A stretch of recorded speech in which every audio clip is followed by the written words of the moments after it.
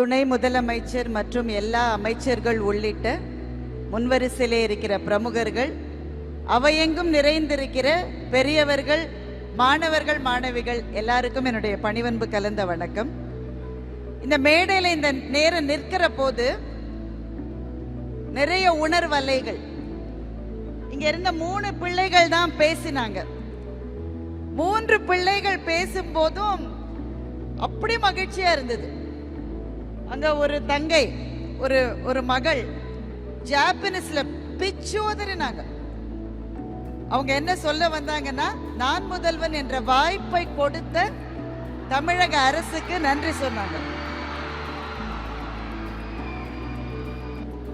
இந்த முதல் மாச சம்பள கவரை இந்த மேடையில வச்சு அப்பா கிட்ட கொடுத்தாங்க. அந்த அப்பா இங்க நடந்து வந்ததை நாங்கெல்லாம் இங்க இருந்து பார்த்தோம்.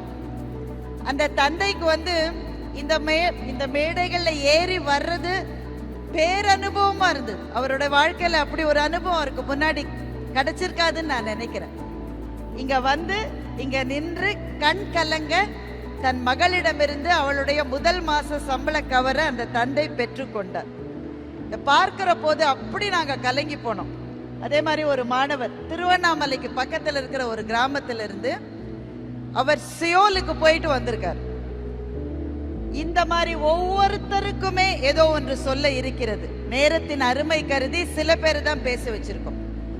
நான் முதல்வன் என்கிற திட்டம் ரொம்ப ரொம்ப ரொம்ப தேவையான, மிகச்சரியான நேரத்தில் தமிழ்நாடு அரசு கொடுத்திருக்கிற திட்டம் என்பதை நான் நேர்லயே பார்த்தேன். அது போன ஆண்டு +2 முடித்த மாணவர்கள் அடுத்த கட்டத்துக்கு போகும்போது, அடுத்த கல்லூரிக்கு போற போது அவங்களை தயார்படுத்துவதற்கான அந்த skill paste training systems launch பண்ற ஒரு கூட்டத்தில் மாணவர்களை பார்த்தேன்.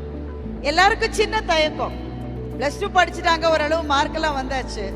அடுத்த நிலை கல்லூரிக்கு போற போது எப்படி பேசுவது, எப்படி நடந்து கொள்வது, பிளேஸ்மெண்ட் எல்லாம் வந்தா அங்க எப்படி ஃபேஸ் பண்றது, இந்த தயக்கம் நாங்கெல்லாம் படிச்ச காலத்தில் இந்த 30-35 ஆண்டு காலமா அட்ரஸ் பண்ணாத ஒரு தயக்கத்தை நான் முதல்வன் ஸ்கீம் இந்த மாணவர்களுக்கு விலை மதிக்க முடியாத ஒன்றை கொடுத்திருக்கிறது.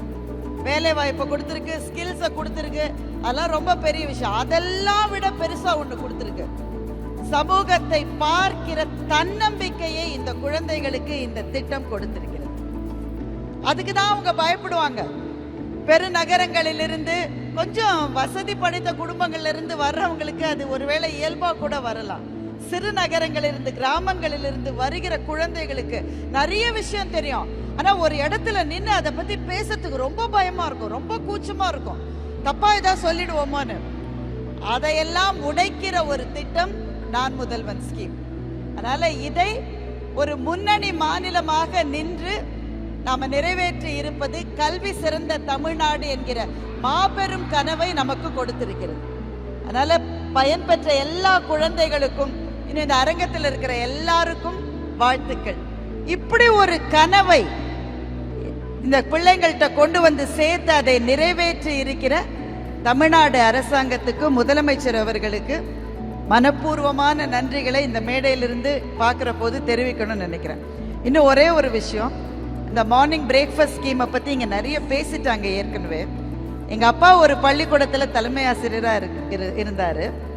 அப்போ ஒவ்வொரு நாள் காலையிலும் வீட்டுல இருந்து பரபரப்பா கிளம்புற போது கூடுதலா 4 டிஃபன் பாக்ஸ் கட்டிட்டு போவார். நாங்கெல்லாம் கேலி பண்ணுவோம், என்னப்பா உங்களுக்கு ஒரு டிஃபன் பாக்ஸ் போதாதா, 4 வேளையா சாப்பிடுவீங்கன்னு கேட்போம். உண்மையில அவர் எதுக்கு அதை எடுத்துட்டு போவார்னா, ஒவ்வொரு நாள் காலையிலயும் பிரேயர் நடக்கிற போது 4 பசங்களாவது மயக்கம் போட்டு விடுவாங்க. கட்டாயமா இது சாதாரண மக்கள் படிக்கிற நிறைய பள்ளிகள்ல இது நடக்கும். கொஞ்சம் வெயில் வந்த உடனே அப்படியே மயங்கி மயங்கி பொத்துன்னு விழுவாங்க. எங்க அப்பா சொல்லுவாரு, ஒரு 4 பேருக்காவது சாப்பாடு கொடுக்கலாம், ஏன்னா சாப்பிடாம ஸ்கூலுக்கு வர்றதுனாலதான் மயங்கி விழுறாங்கன்னு எங்க அப்பா சொல்லுவார். தனி மனிதர்கள் எவ்வளவு செஞ்சிட முடியும்? 3 பேர் 4 பிள்ளைங்களுக்கு வேணா கொடுக்க முடியும்.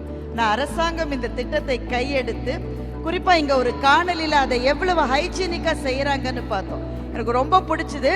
பேக் பண்ற இடத்துல இருந்து வண்டியில ஏத்தி பூட்டு போட்டுட்டா இறங்க வேண்டிய ஸ்கூல்ல தான் அதை திறக்க முடியும். நடுவுல திறந்து அங்கங்க அது போக முடியாது. நெல்லுக்கு இறைத்த நீர் வாய்க்கால் வழியோடி புல்லுக்கு போக முடியாதுங்க. அது நெல்லுக்கு மாத்திரம்தான் போக முடியும் என்று அந்தந்த பள்ளிகளுக்கு அந்த உணவு போய் சேருகிறதை பார்க்கிற போது ரொம்ப மகிழ்ச்சியா இருந்தது. தொடர்ந்து நம்முடைய மாநிலம் கல்வியிலே சிறந்து விளங்குகிற மாநிலமாக வரத்துக்கு நிறைய ஸ்கீம்ஸ் கொடுத்திருக்கிற எல்லாருக்கும், அதற்காக உழைக்கிற எல்லா நிலையில இருக்கிறவங்களுக்கும் என்னுடைய நன்றியை நான் தெரிவித்துக் கொள்கிறேன். இந்த வாய்ப்புக்கும் மிகுந்த நன்றி.